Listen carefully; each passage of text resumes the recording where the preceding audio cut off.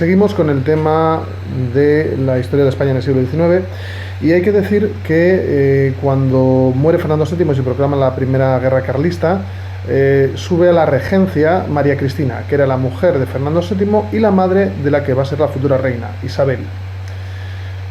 Os comenté los principales hechos de su reinado: desamortización de Mendizábal, la Constitución de 1837.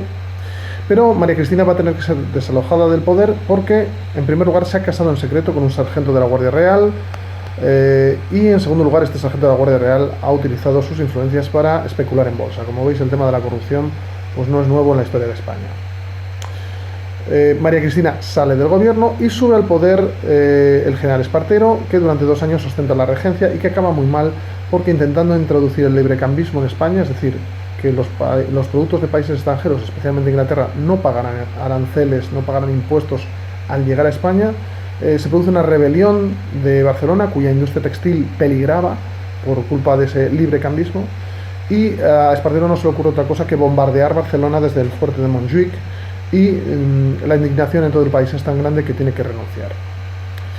Sube entonces al poder el general Narváez del Partido Moderado. Es el llamado periodo moderado de 1845 a 1853, en la cual se proclama a Isabel II mayor de edad, pese a que solo tiene 13 años, y Narváez, el llamado Espadón de Loja, ya os podéis imaginar por qué se llamaba así, porque es un hombre autoritario, va a intentar gobernar conforme a una constitución mucho más conservadora que la del 12 y la del 37. Como veis, también en este periodo hay muchísimas constituciones, algo que no ayudó precisamente a que el liberalismo pudiera cambiar las cosas en España. La Constitución de 1845 es centralista, es decir, no reconoce las regiones, todo el poder se concentra en la capital, en Madrid. El sufragio es censitario, lo cual quiere decir que muy poca gente podía ser elegida y muy poca gente podía votar, y el Estado es confesionalmente católico, es decir, no se permite ninguna otra religión. Bien, esta constitución tan estricta y tan estrecha de miras va a hacer que en 1854 se proclame un pronunciamiento, era la forma, digamos, culta de llamar a los golpes de Estado en el siglo XIX. El siglo XIX es un siglo muy retórico, y este golpe de Estado, la Vicalvarada, la batalla de Vicálvaro, que es una población a 40 kilómetros de Madrid, hace llevar a los progresistas, al Partido Progresista, que son los antiguos liberales, al poder. Vuelve el general Espartero, pero ya un general Espartero muy mayor, que no tiene, digamos, rigor, que no tiene fuerza para controlar el gobierno.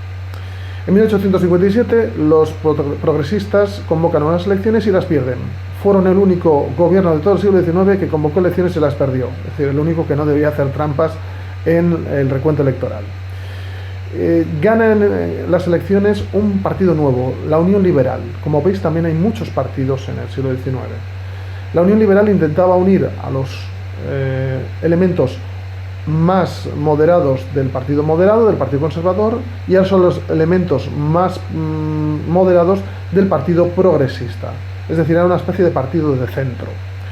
Su líder era el general O'Donnell. Veis que los generales también tienen mucha participación en el sistema político de la época, porque eran casi las únicas personas que se veían con apoyo suficiente y con cultura para asumir el poder. Y su gobierno va a ser un gobierno basado en conseguir para España un cierto prestigio exterior. España había perdido todo el imperio americano durante el reinado de Fernando VII y aún le quedaba Cuba, Puerto Rico, Filipinas y las Islas Carolinas y Marianas en el Pacífico.